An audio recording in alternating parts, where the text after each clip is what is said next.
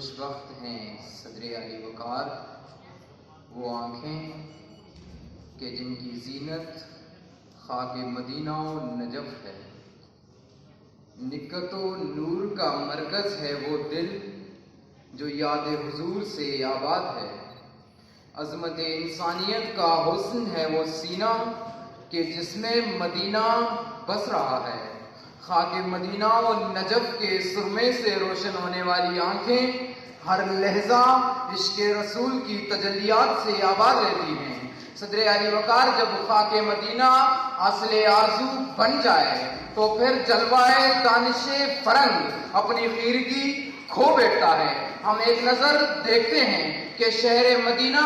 کیا ہے۔ یہ وہی شہر ہے جس کے متعلق سلطان دو عالم صلی اللہ علیہ وسلم نے فرمایا کہ جسے مرنے کی قدرت حاصل ہو وہ مدینے میں موت کو سینے سے لگائے۔ یہ وہی مدینہ ہے جس کے ایک جانب 313 کا لشکر ہو یا اونٹ کے پہاڑوں پر اپنی جان نچھاور کرتے وہ جانباز۔ جی ہاں، صدر علی وقار یہ وہی مدینہ ہے جہاں سے سیدنا بلال کے کوڑے کھا کر رسالت مصطفیٰ کے گواہی دینے کی آواز آتی ہے، جہاں سے سلمان فارسی کی زنجیروں کی جھنکار سنائی دیتی ہے، جہاں حضرت صدیق اکبر یہ کہتے ہوئے کفار کے مظالم کا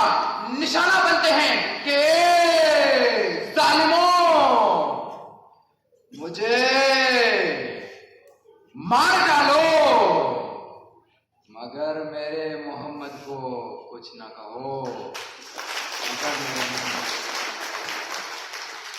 علی وقار اب ہم دیکھتے ہیں کہ شہر نجف کیا ہے۔ یہ وہی شہر ہے جہاں شہر خدا کا روزہ مبارک ہے، یہ علم کا دروازہ کہلانے والے حضرت علی المرتضیٰ کا شہر ہے۔ خاک مدینہ اور نجف کی سرزمینوں کی خاک سرما ہے صحابہ کی آنکھوں کا، خاک مدینہ اور نجف کی سرزمینوں کی خاک سرما ہے تمام مسلمانوں کی آنکھوں کا۔ تو صدر علی وقار میں کیسے نہ کہوں، خیرہ نہ کر سکا مجھے جلوائے دانش فرنگ، سرما ہے میری آنکھ کا خاک مدینہ و نجف۔ علی وقار جب خاک مدینہ کو سرما بنانے والی اس عظیم ہستی کی طرف ہم دیکھتے ہیں جس نے اس چمنستان انسانیت کو اسوہ حضور کا نم ملا، یہ اس امید لقب مگر دانائے گل کا فیضان تھا، جن کی سیرت آیات کلام زبانی میں ڈل کر قرآن ناطق کا روپ اختیار کر چکی تھی، جو صادق بھی تھے اور امین بھی، جو کشور اسلام کے تاریخ ساز حکمران بھی تھے، جو مسجد کی چٹائی پر بیٹھتے تھے مگر ماضی،